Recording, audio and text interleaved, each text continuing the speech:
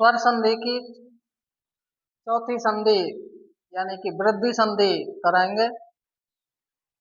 हमने इससे पहले गुण संधि कराई थी और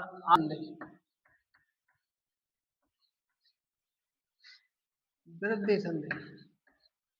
देखिए वृद्धि संधि नाम से ही हमको मालूम पड़ जाता है कि वृद्धि होना, यानी कि सेम चीज उसमें कोई बदलाव नहीं है, लेकिन उसकी क्या हो रही है, वृद्धि हो रही है, यानी कि बढ़ रही है। तो इस संधि का सूत्र है वृद्धिरेचि। वृद्धिरेचि ये सूत्र है इसका, और इसकी परिभाषा है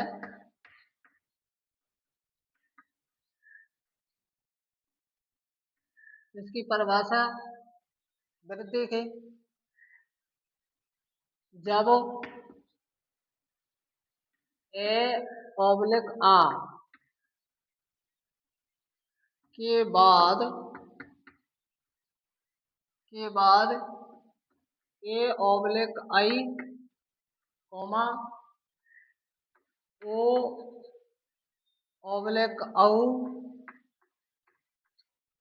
कोमा री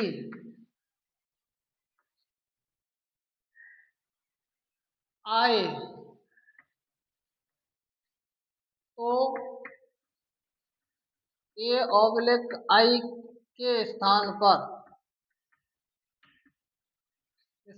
पर आई हो जाता है, और ओ ऑब्लिक औ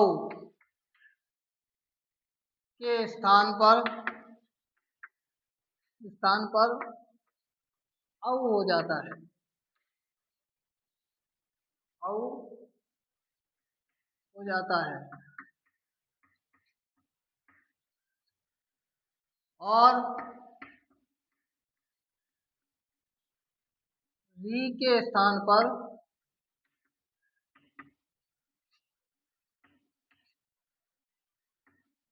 अर हो जाता है, री के स्थान पर अर हो जाता है। वृद्धि की संधि की जो परिभाषा है, अगर ए आ आता है और उसके बाद ए आई या ओ औ या री आ जाए तो ए आई के स्थान पर आई हो जाता है, ओ औ के स्थान पर औ हो जाता है, और री के स्थान पर अर हो जाता है। कैसे?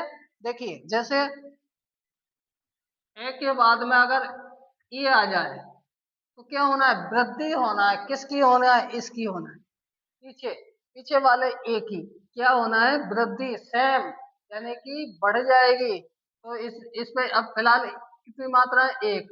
अब देखिए हम ए ऐसे लिखते हैं ए, और इसको ऐसे लिखते हैं आई, लेकिन इसका शुद्ध रूप तो ये है, ए ऐसे लिखा जाता है और आई ऐसे लिखा जाता है, यानी कि इस पे एक मात्रा होती है और इस पे दो मात्रा होती है, लेकिन हम कैसे लिखते हैं, इस तरीका से लिख देते हैं। इसका भी यही बात है, क्योंकि इस पे एक ही मात्रा है, इस पे लगाई नहीं, तो इसलिए इस पे कितनी होती हैं, आई पे दो मात्राएं होती हैं। इसलिए हम शब्द में तो इसका ए के बाद में अगर ए आएगा, ए के बाद में अगर ए आएगा तो क्या हो जाएगा, आई हो जाएगा। क्या हो जाएगा?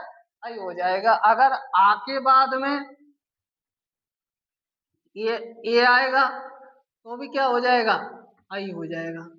अगर ए के बाद में आई आएगा तो भी क्या होगा, आई हो जाएगा। आ के बाद में अगर आई आएगा तो भी क्या होगा, आई हो जाएगा। इस तरीके से यानी कि इस ए में क्या हो जाएगी, वृद्धि हो जाएगी। इसी प्रकार से ओ का है, ए के बाद में अगर ए के बाद में ओ आ जाएगा तो क्या होगा, औ हो जाएगा, औ हो जाएगा। अगर आ के बाद में ओ आएगा तो भी क्या हो जाएगा, औ हो जाएगा। यानी कि इसका क्या हो जाएगा, वृद्धि हो जाएगी, इसकी ओ की क्या हो जाएगा, औ। और अगर एक के बाद में औ आ जाए तो भी क्या होगा, औ होगा। क्या होगा, औ होगा। इसी प्रकार अगर ए के बाद में री आ जाए तो क्या होगा, आर हो जाएगा।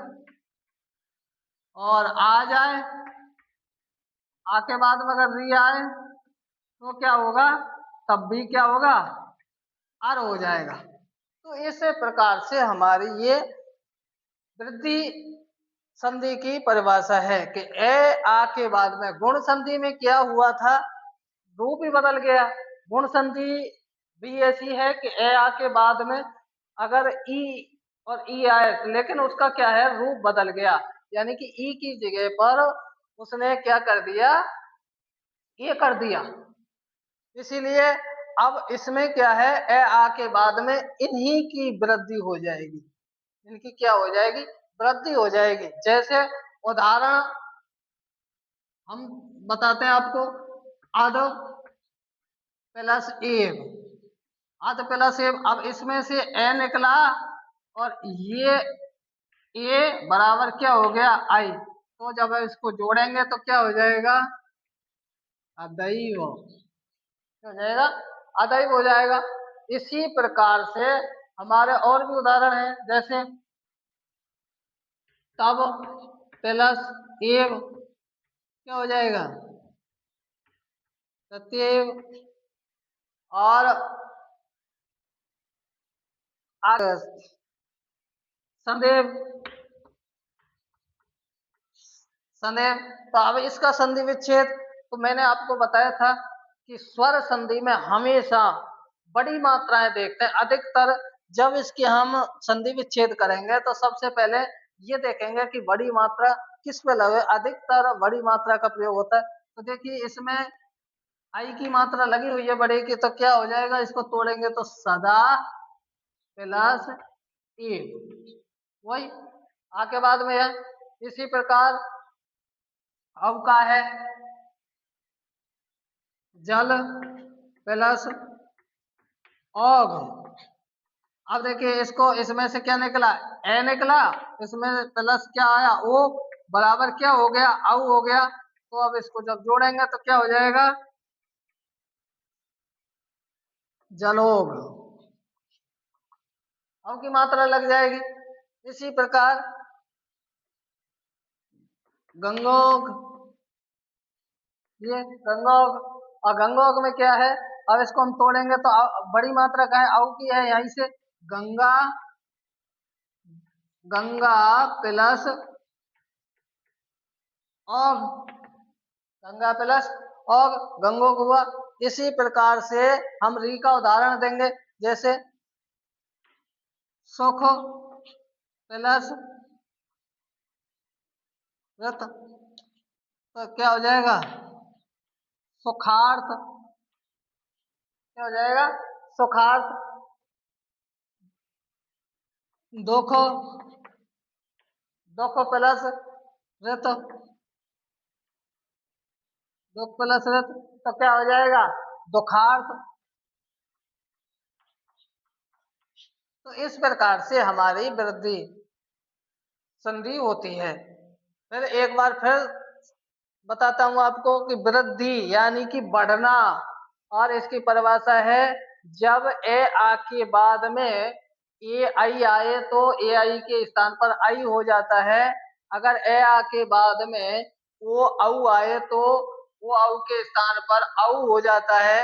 और अगर ए आ के बाद में री आए तो री के स्थान पर अर हो जाता है, हो जाता है। जैसे मैंने ये उदाहरण में आपको समझाए हैं, ए के बाद में ए आया है तो आई हो गया, आ के बाद में ए आया है तो आई हो गया। इसी प्रकार से ए के बाद में ओ आया है तो औ हो गया, और आ के बाद में ओ आया है तो क्या हो गया, औ हो गया। और ए के बाद में री आया अर, और आ के बाद में री आया है तो तब भी अर हो जाता है। ऐसे और उदाहरण है, आद प्लस एव अधेय। तो इसमें क्या है कि मात्रा सब वर्ण वही रहता है, लेकिन वर्ण की क्या हो जाती है, वृद्धि हो जाती है, उसी रूप में बड़ा हो जाता है। तो इस प्रकार से हमारी ये वृद्धि संधि हुई। आशा करता हूँ कि हे भोले, अच्छे ढंग से बन जाए होगी। हे भोले।